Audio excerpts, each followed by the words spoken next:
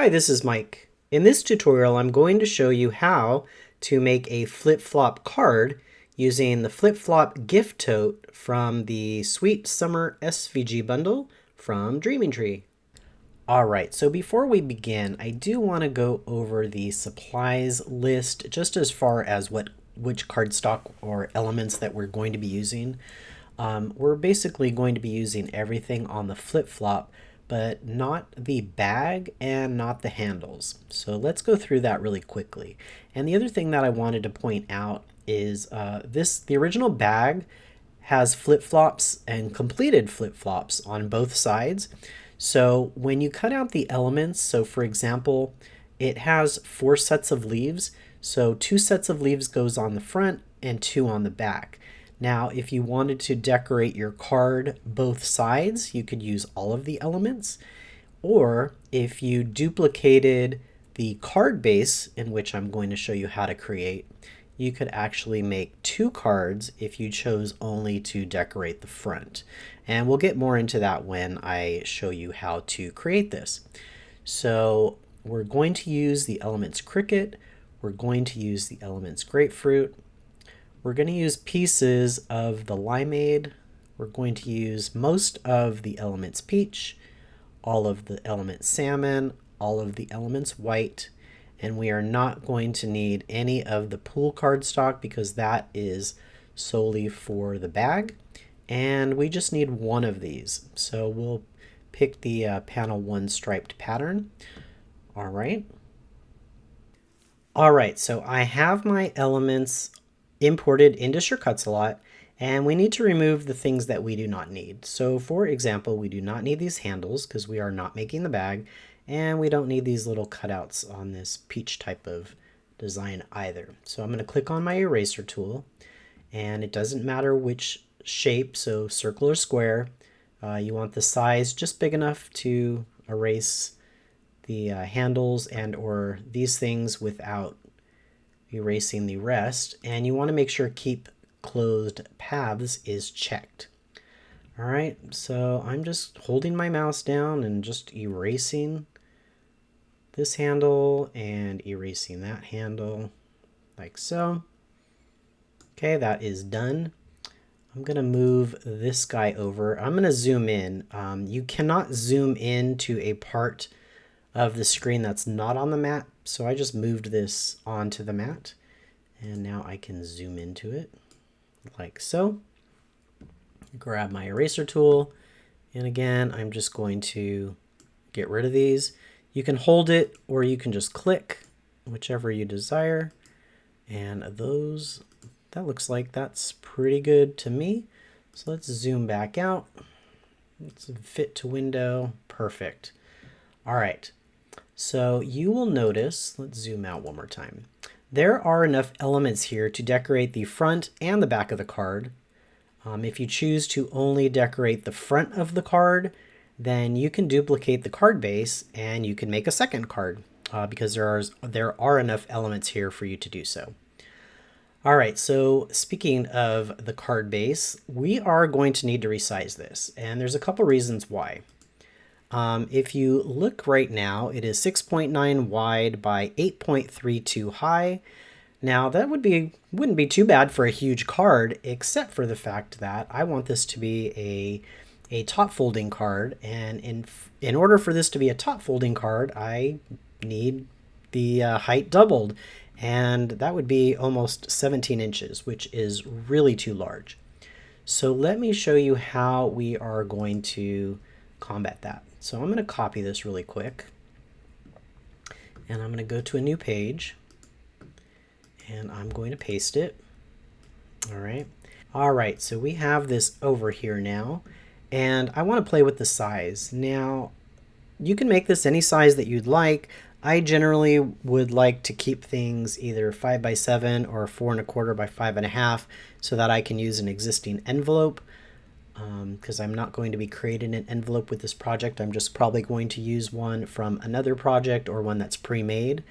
And so I think I want my width to be about 4 1/4. And so my height is 5.126. That's okay with me. Now normally an A2 size card is 4.25 by 5.5, but I have to keep in mind that I'm going to have a lot of layers on here in dimension. So if this card is a little bit smaller than the envelope, that's okay because the envelope would then accommodate for the extra thickness. So I'm okay with this size. So 4.25 by 5.126. Now I need to make sure that the other elements over here get resized as well. Otherwise, right now they would not fit. So let me show you how I'm going to do that. So I'm going to take a rectangle and I'm going to make this, I'm going to uncheck key proportions, and I'm going to make this 4.25. And if I forget, by 5.126, 5.126. Let's move this arrange, bring to front. And so if I move this here, you'll see that that card just fits within that rectangle. And I'll show you why we're doing this in 1 second. So we can keep this here. All right, so we need to copy this rectangle. So let's copy that and let's add it back to here. So paste it here. So now this is in essence the size of our card. And so what I want to do is I'm going to temporarily hide it, lock it. So you'll see that there's a little lock over here next to the little point, and I'm going to hide it. Now I'm going to select everything else. So everything else is selected. If you're not sure, you can say Edit, Select All, and it will select all you can see in my Layers panel except that little box there. Let's turn the box back on. And now basically what I want to do is I want to size everything so that these flip-flops fit right inside this box. Now before we do that, we can right-click and arrange and bring to front so that you can see that on top. Perfect.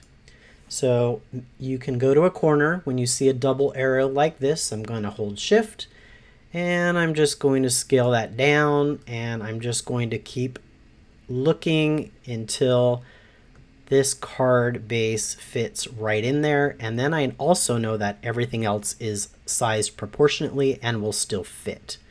So again, I'm holding my Shift, I'm dragging it in just a little bit more, testing it. That looks pretty darn close to me. I'm good with that. So I'm going to move this back over here. And we're basically done with this rectangle. So I can unlock it and delete it. Okay, so now all of these elements will fit this card base. So speaking of card base, let's work on that card base. All right. So again, we don't need this. Let's delete it. So card base. So for our card base, we really don't need any of these lines in here. We don't need the cutout for the handles, and we don't need the little guidelines. So the guidelines are easy. If you drop down in your layers panel and you select that layer, you can hit the delete key and those are gone. There's a couple different ways that you can get rid of these holes here at the top where the handles went through. You can erase them, inverse erase them, or you can do a lot of things. I'm going to show you the node tool edit for this because I like to use that. So I'm going to zoom in here really close.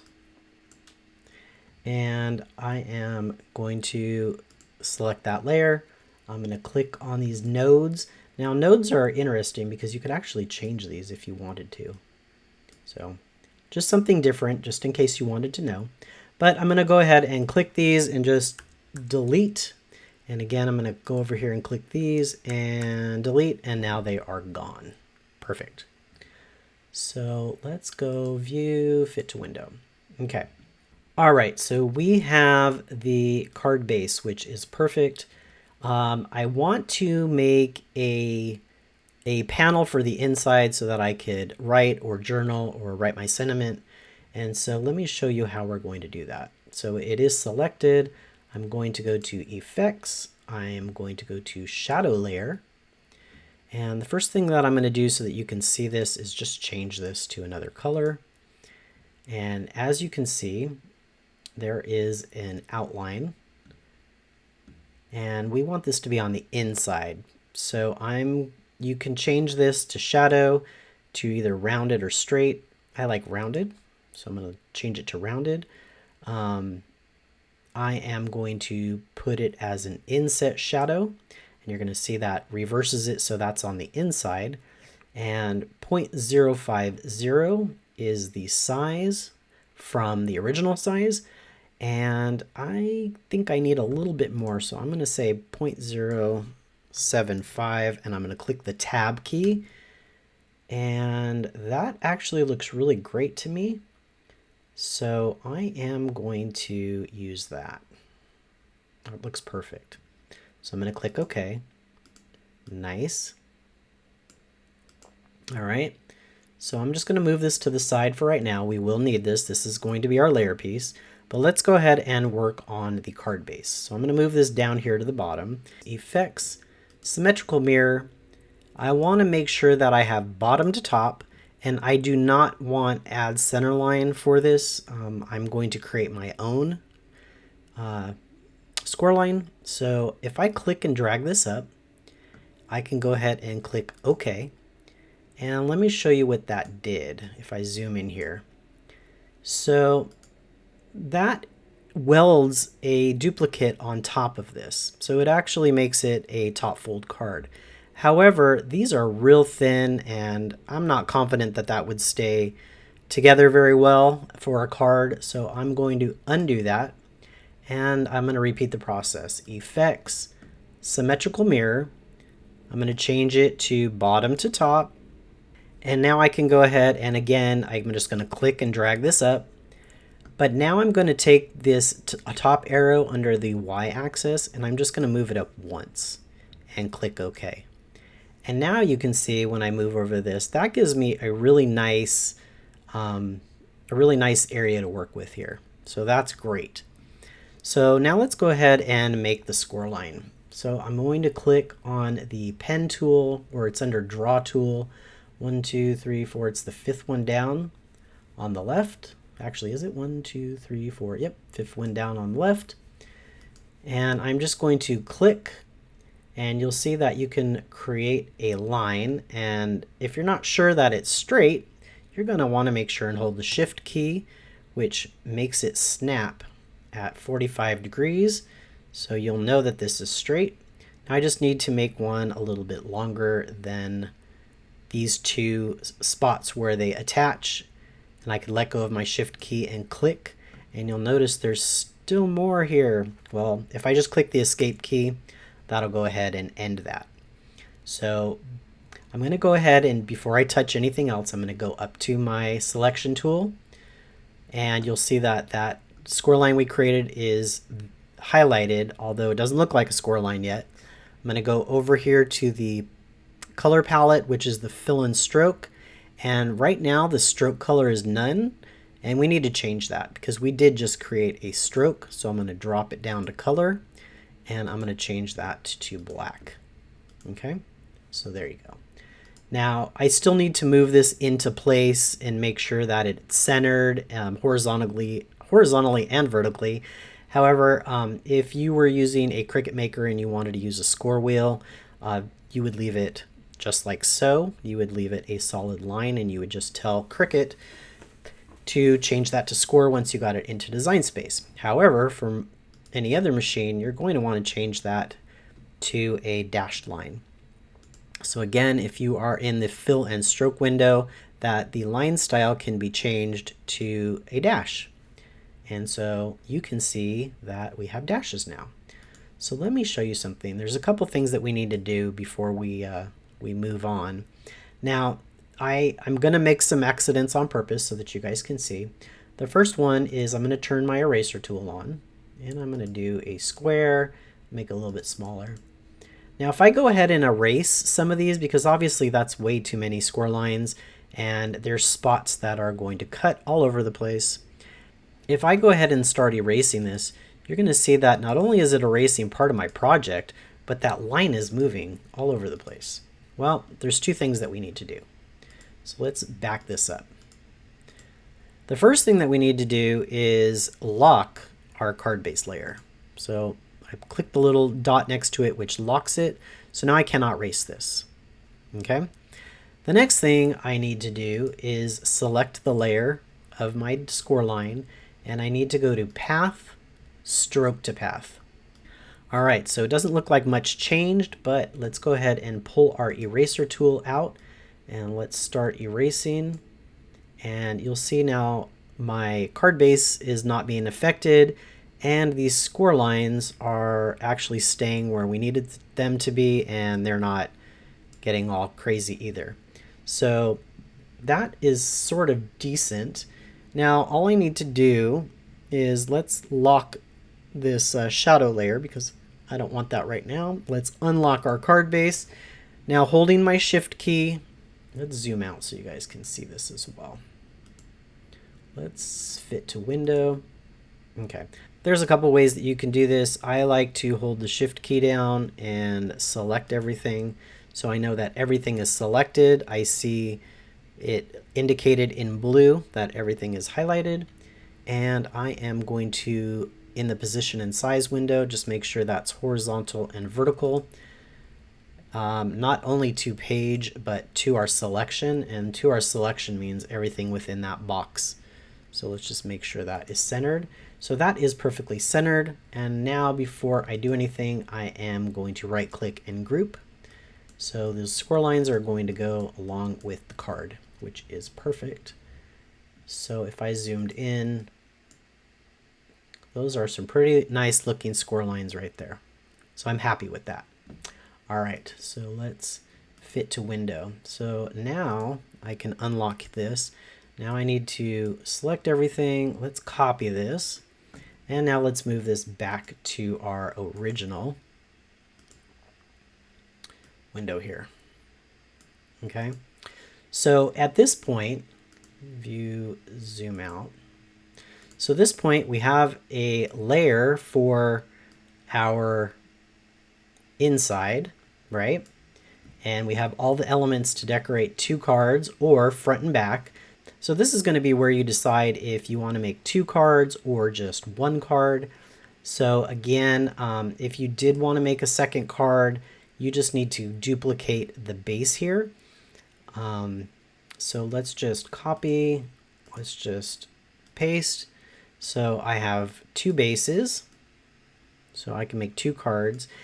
All right, so now we need to decide on our pattern paper. So this piece that we left is going to be our pattern paper. Let's get rid of these holes up here. So let's zoom in to those.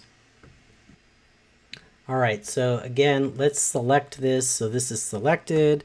I'm going to go into my layers panel and just click on that individual layer and then click on those nodes and you'll see that those show up. Let's just delete those. Okay, there we go. View, fit to window. So now we have, this will be our pattern piece on the front side of the card. So this will be our front card. If you wanted to decorate the back side or create a second card, then you just need to copy and paste. So now we have 2 panel pieces or pattern pieces for the front. We have enough elements here of the flip-flop to do either front and back or 2 cards. We have a panel insert. Again, if you wanted to make a second card, just copy and paste that. So now we have enough for 2 cards and we have 2 card bases. All right. So I hope this was helpful. Can't wait to see what you guys create.